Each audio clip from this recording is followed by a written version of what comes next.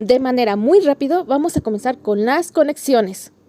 Los sueños en la casa de la bruja. Primer punto interesante que encuentro, Jeff la Mangosta y Brown Jenkins sabían hablar distintos idiomas. Segundo punto, ellos los dos vivían entre las paredes.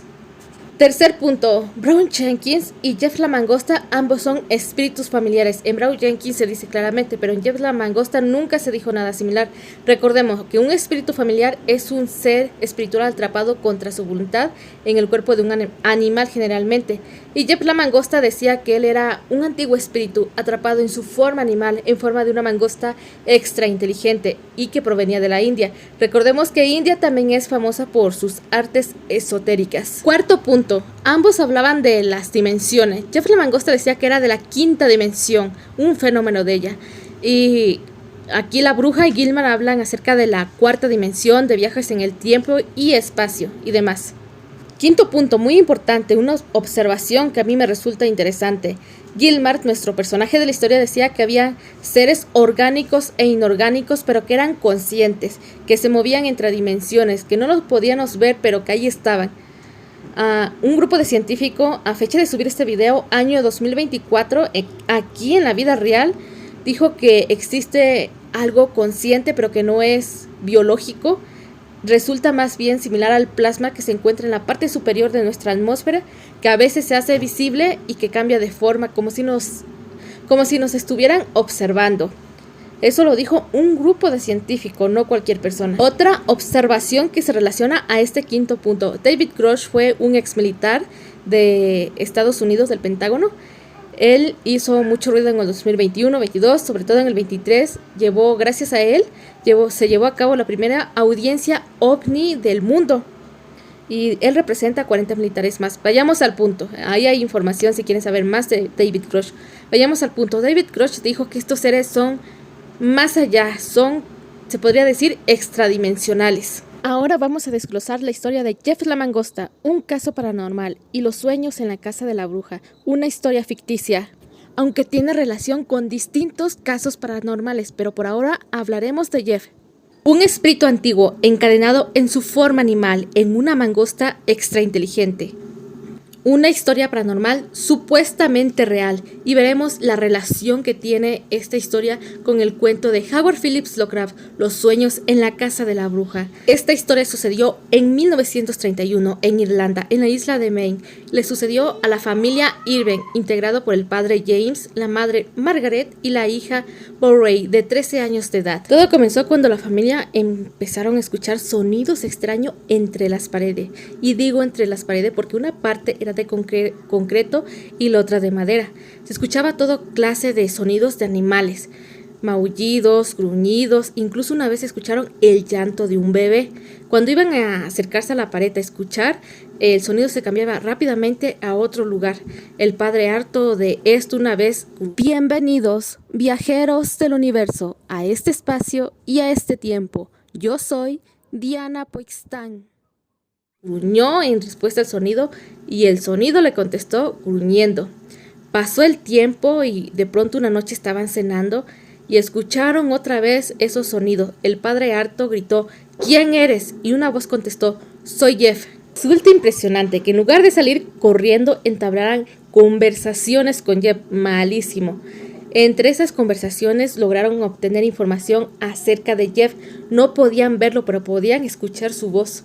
Jeff le dijo que él era una mangosta que había nacido en la India el 7 de junio de 1852 en Nueva Delhi y que llegó a la isla gracias a un granjero que llevó a un grupo de mangosta para terminar con los conejos en el año de 1812.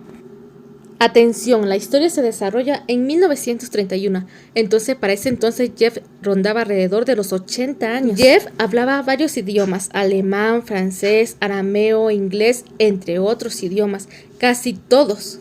Jeff decía que tenía habilidades mágicas y clarividencia. Él se convirtió en un amigo más de la familia. Ellos lo alimentaban. Jeff le decía cuando iba a tener visita con anticipación, ahuyentaban los animales salvajes que se acercaran. Incluso una vez olvidaron apagar el fuego y Jeff los apagó por ellos. Jeff cuidaba de ellos, no le hacía daño. Travesuras a sus vecinos, incluso llegó a dañar a sus mascotas, pero a la perra de la familia, Amora, nunca le hizo daño. Jeff le mencionó que él no era malo ni que era bueno, pero si quisiera dañarlos, lo podía hacer, pero él no tenía ganas de hacer eso. Para ese entonces nadie lo había visto, solo lo escuchaban. Él iba a todo lado con Borrain, la adolescente de 13 años de la familia. Ella fue la primera en lograrlo ver y describe su apariencia de esta manera. Una rata de color amarillento con una cola larga, negra y tupida, con unas patas medianas con afiladas garras. Un día Lorraine le preguntó a Jeff que qué era realmente, a lo que Jeff contestó: soy un espíritu antiguo, encadenado en la forma de una mangosta extra inteligente. Soy un fenómeno de la quinta dimensión, con manos y pies. Si vieras mi verdadera forma, te desmayarías, te petrificarías y quedarías convertida en un pilar de sal. Al final, la familia dio aviso al periódico, lo que hizo que el caso se hiciera sumamente popular. Llegaron investigadores de todo el tipo, de todo ámbito, del ámbito paranormal, del ámbito cazacharlatanes. Unos dijeron que James, otros dijeron que Borrain inventó toda esa historia. Otros concluyeron que sí era real, que Jeff existía, que lo habían escuchado, incluso que lo habían visto. Y tienen ahí algunas fotografías donde Jeff está mostrando su dedo. Aquí se puede ver. Al final la propiedad se vendió a mitad de lo que valía cuando James murió, porque decía que estaba embrujada, nadie la quería comprar. El nuevo propietario dio a conocer un cuerpo de una mangosta muerta, para darle punto y final a ese tema de Jeff, pero los curiosos iban por la noche a espiarlo y notaban que el señor hablaba solo, no había nadie, pero que una voz le contestaba. Así que concluyeron que Jeff no había muerto del todo. Ahora vamos con la historia de Howard Phillips Lovecraft, Los sueños en la casa de la bruja. No lo voy a decir tal cual, voy a hacer un resumen para que vean más bien la conexión que hay entre la historia de Howard Phillips Lovecraft y la historia de Jeff la mangosta, la historia paranormal. Si ustedes ya quieren la historia completa, vayan a leer el libro o vayan a escuchar el audiolibro en YouTube mientras hacen otra cosa. Porque yo cuando no estoy leyendo Lovecraft, estoy escuchando Lovecraft, claro que sí. La historia comienza con un joven sumamente inteligente llamado Gilmar. Él fue a alquilar una habitación en una casa que alquilaba varias habitaciones, pero nadie quería alquilar habitaciones ahí por la mala reputación. Él alquiló por dos motivos. La primera, porque perteneció a la bruja y él sospechaba que esa bruja sabía algo más.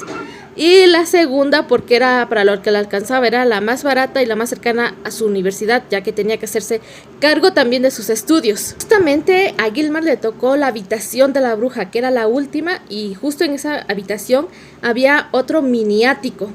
De esta bruja se decía que había escapado de los juicios de Salem, de la celda.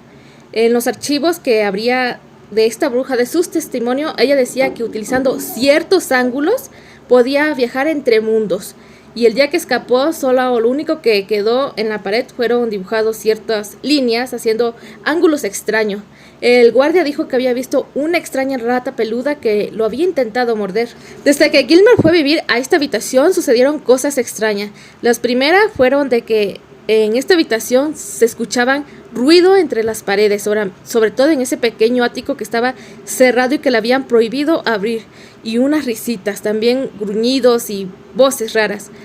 Siempre había hoyos en la pared y cuando le decía al casero que los tapaba, él las tapaba y ponía veneno porque pensaba que eran rata, pero el otro día estaba destapado ese hoyo. También Gilmar empezó a experimentar extraños sueños de donde él se encontraba en otros mundos, difícil de explicar porque eran con arquitectura extraña y habían formas orgánicas e inorgánicas, pero que eran conscientes, era algo muy difícil de explicar. En sus sueños también se aparecían dos extrañas figuras, una pequeña que parecía una rata que caminaba erguida y otra más grande y encurvada que parecía ser una mujer. Se había vuelto un prodigio en la universidad. Él asombraba a sus compañeros y a sus profesores hablando acerca de las dimensiones, sobre todo de la cuarta dimensión, y cómo viajar entre ellas, que había curvaturas en el tiempo, que trazando ciertos ángulos, en cierto momento también podría viajar en el tiempo y entre dimensiones, sobre todo entre dimensiones, que si elegías bien el punto de salida y de entrada, incluso podías salir en alguna otra dimensión donde no pasara el tiempo. En la historia, Gilmar da una explicación mucho más profunda. En En el pueblo, Gilmar se enteró de una historia acerca de Brown Jenkins, ese raro acompañante de la bruja. De él se decía que era un espíritu familiar. Paréntesis, ¿qué es un espíritu familiar? Espíritu o demonio familiar es un ser espiritual que es atrapado casi siempre contra su voluntad por personas que tienen conocimiento en la magia, en general en todo tipo de magia. Ellos, por lo general, adoptan la forma de algún animal. Se le llama demonio familiar o espíritu familiar porque el conocimiento pasa de familia en familia de cómo atraparlo y cómo mantenerlo con vida, cómo hacerse cargo de él. Cierro paréntesis.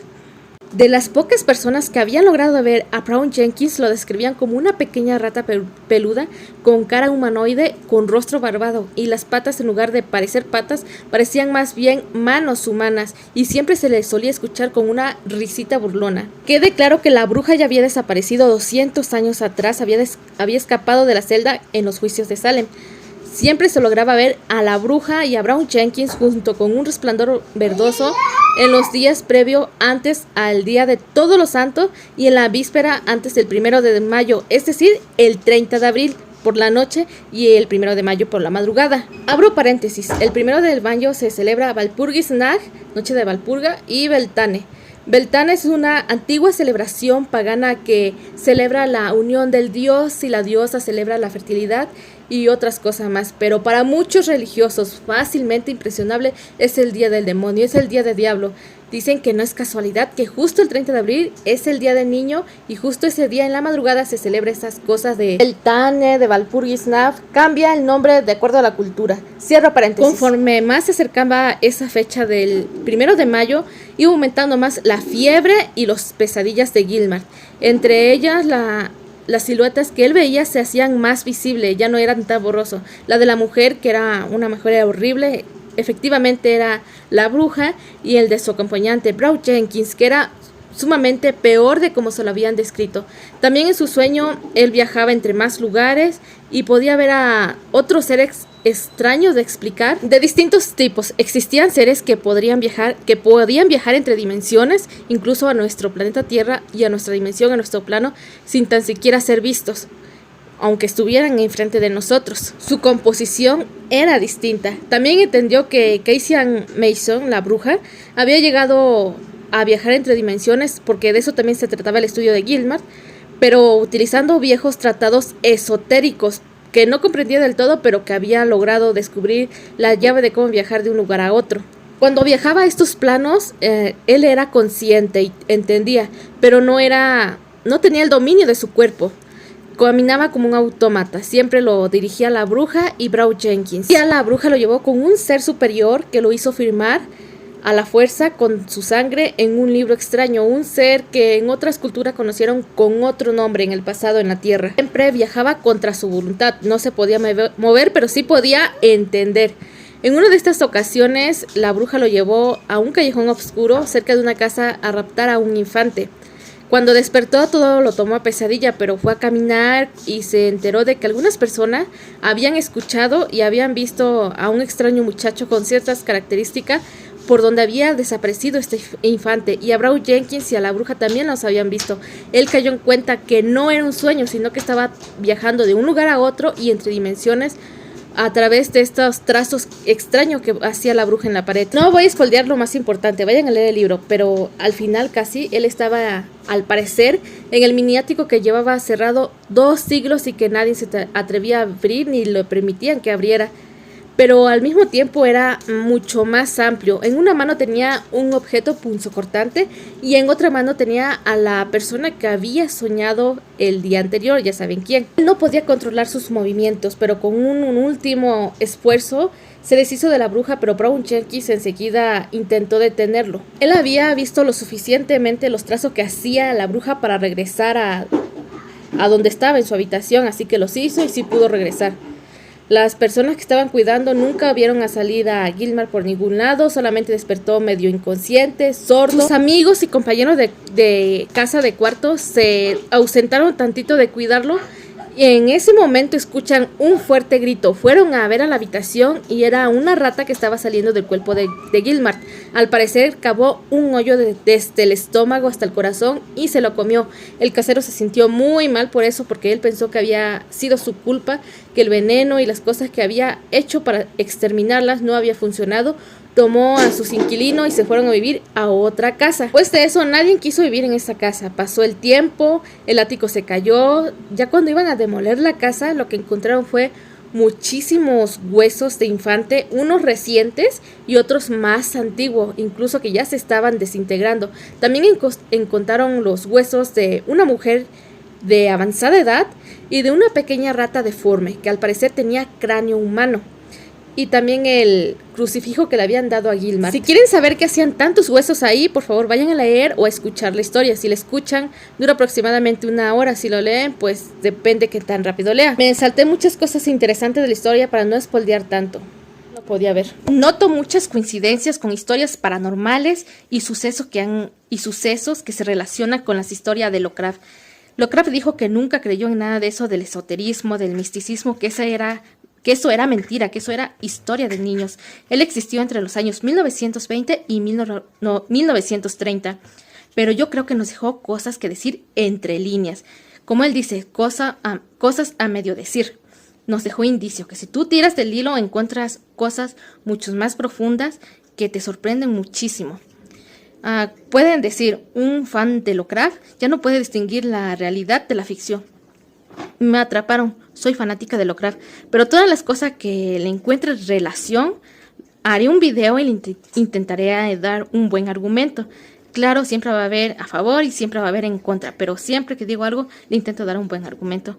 Entre una de esas cosas, él tiene un cuento que se llama En las montañas de la locura, que se sitúa en el hielo, me parece que en la Antártida, habla de una civilización prehumana sumamente avanzada que dejó su vestigio y que solamente mucho después de la humanidad encontraban su vestigio.